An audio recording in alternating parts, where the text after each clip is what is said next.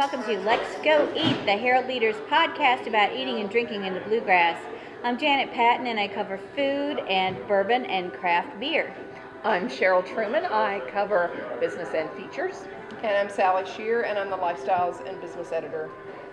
We are here today at Broomwagon Coffee and Bikes, which is a new bike shop / coffee shop on North Lime and Loudon.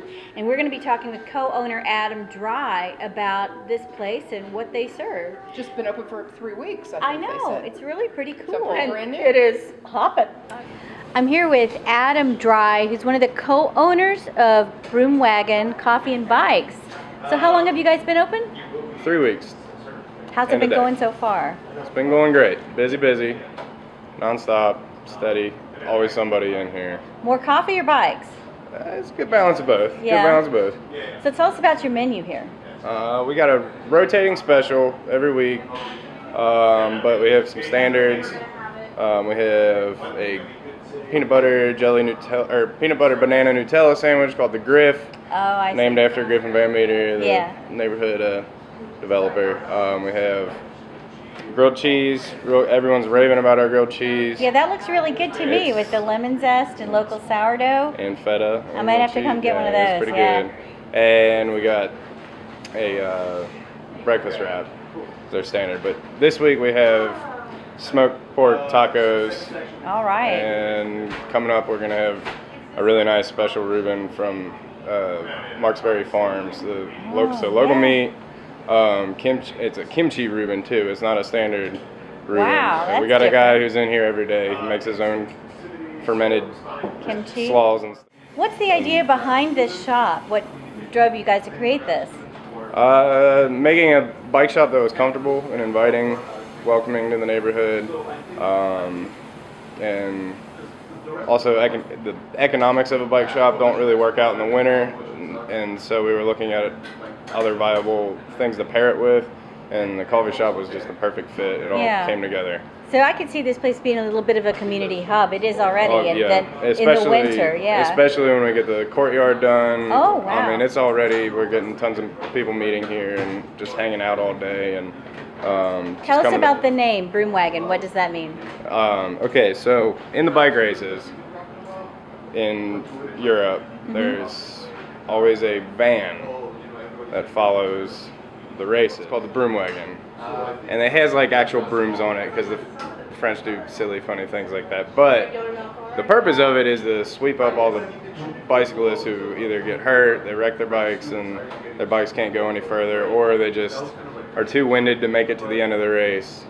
And they're not the yellow jerseys in the front; it's the Broomwagon sweeping up the spirit of the race. There you go. So you guys are kind of the collection point. Yeah, they're for the 99% of people that aren't in the front. Well, thanks for letting us come out today. I think it's a really cool space. I think it's going to be really popular this winter. Thank you. Thanks for coming by. Appreciate it, Janet.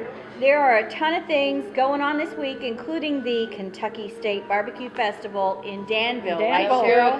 Yes. It will be at Constitution Square Park in downtown Danville on Friday, Saturday, and Sunday. And admission and parking are free. Now, this is the one you can actually eat the barbecue at, right? You can eat the barbecue there. There will even be a bike ride, which I think is called, Smokin' Butts bike ride. What? And of course, and I may like this even better, the annual bean eating contest. So get over there if you think you can eat a bunch of beans. Pit masters include Peg Leg Porker in Nashville, Ponderosa Barbecue in Des Moines, Iowa, 17th Street Barbecue in Murfreesboro, Illinois, Firehouse Barbecue in DeLand, Florida, and Desperados Barbecue in Angola, New York, Draper's Barbecue in Cunningham, Kentucky, and Brad and Cindy Simmons of Lucky Dog Barbecue in Danville. So there will be plenty upon plenty of barbecue vendors there, and Danville is always fun. Lovely small town. Yes, it Constitution Square is just a perfect venue. So Sounds good. Go eat there. Agree. And of course, it's part of the barbecue lifestyle, which we like to espouse. I think Mike Mills of 17th Street is the guy that does the whole hog. He demos a whole hog barbecue. Oh. And then of course, you can eat the whole hog once he's barbecued it. So. Janet did show me a picture of that, and it does impressive. remind you how much it really is good to have an aluminum tray full of shredded stuff rather than looking at the whole animal. Well, you were talking about Breeders' Cup. You've been by Keeneland, which is a hoppin'. Even on Labor Day, people were working to get all that construction done. Well, the build-up for Breeders' Cup is starting. It's out there. It's everywhere. It's everywhere. And It's even in the world of cupcakes. Oh my God! Who knew? We didn't. But we know now. There was a cupcake competition among some local bakeries to decide what would be the Breeders' Cup cupcake. Yeah, I think Donut Days. Yes, Confused several local Confections, bakeries. Yes. Mm-hmm. Caramandas. Yes, too late. You've already taken over. Sorry. Caramanda's won with their Breeders' Cup cupcake. That is a white chocolate raspberry cupcake, colored purple because that's the Breeders' Cup color, and then topped with yellow buttercream, rose, and green leaves. And they actually have them available now if you would like to purchase them rather than wait until the end of October. At the Caramanda stores, one that's on Southland Drive and the other one that's on Dillon Place. They're $2.75 each or $30 for a dozen. I think we need a dozen of those. I think we're going to have to go over and have at it. just make sure they're good. Breeders' Cup cupcakes. Yes, they're everywhere. I think they will be. And some of the losers sounded pretty good. I think Kentucky Bourbon Ball lost. I know. How could that happen? I mean, who was judging this contest? Not us. I'm totally into that Not one. us. Which bakery had that one? I think that was Donut Days. I think I would have gone for that one. I think that's the one I'm going to go get. And speaking of bourbon, the Kentucky Bourbon Festival is coming up later this month, and I'm going to have some information in the LexGo Eat column in Wednesday's paper about some dinners that are planned around that, including one at Woodford Reserve with Master Distiller Chris Morris, another in Bardstown, which sounds really interesting, called Whiskey Pig. Whiskey Pig? Whiskey Pig, which is kind of, I think it's basically sounds what like you think it is. Danville barbecue. It sounds Yeah, like exactly. Barbecue and bourbon married together. All they need is a Breeders' Cup cupcake, and they're good. I think it's a great idea, actually. And speaking of Wednesday, I've got an update on the Old Taylor Distillery. Oh, yes. Yeah, in the food section. And Gardner. Beautiful. It is beautiful. It is. John Karloftis has a Life and Style event there on Saturday and will show off the garden that he has recreated.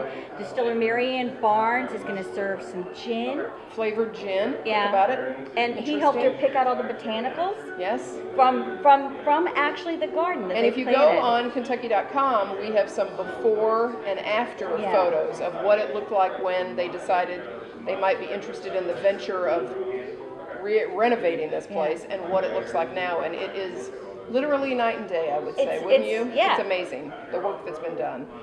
If that event is sold out, and it might be, because there's only 200 guests at each of these, and they're very, very sought after, there is another one coming up in October 3rd in Bardstown at my old Kentucky home, which will also be very cool because everything John Karloftis does is very cool. In the meantime, I'm working on a piece on the new food at Commonwealth Stadium. If you were at the football game, I want to know what you ate. Tell us what you had. Tell us how it was. Even if you were in one of the big sweet boxes, we still want to know what you had. And we tasted the gooey butter cake last week. Cheryl and I mentioned a gooey butter cake that We do it all for you a guys. lady brought us. Thank you, Babette. And it was pretty good. What did you like it, Cheryl? I like all things gooey butter cake. How could you not like it? Right. Is the question. I will say there was a different, a decided difference in Yes. texture between the St. Louis style gooey butter cake that Babette so graciously brought us. The St. Louis style is a little more granular based. It's a little bit less sweet. Janet's is really good. And Janet's is it's really very buttery. It's very custardy, Yeah. very buttery. So any way you go, you cannot go wrong. If it with says the gooey butter cake, get it. That's our advice. Wouldn't you say? Well, let's go eat. Let's go eat. Let's go eat.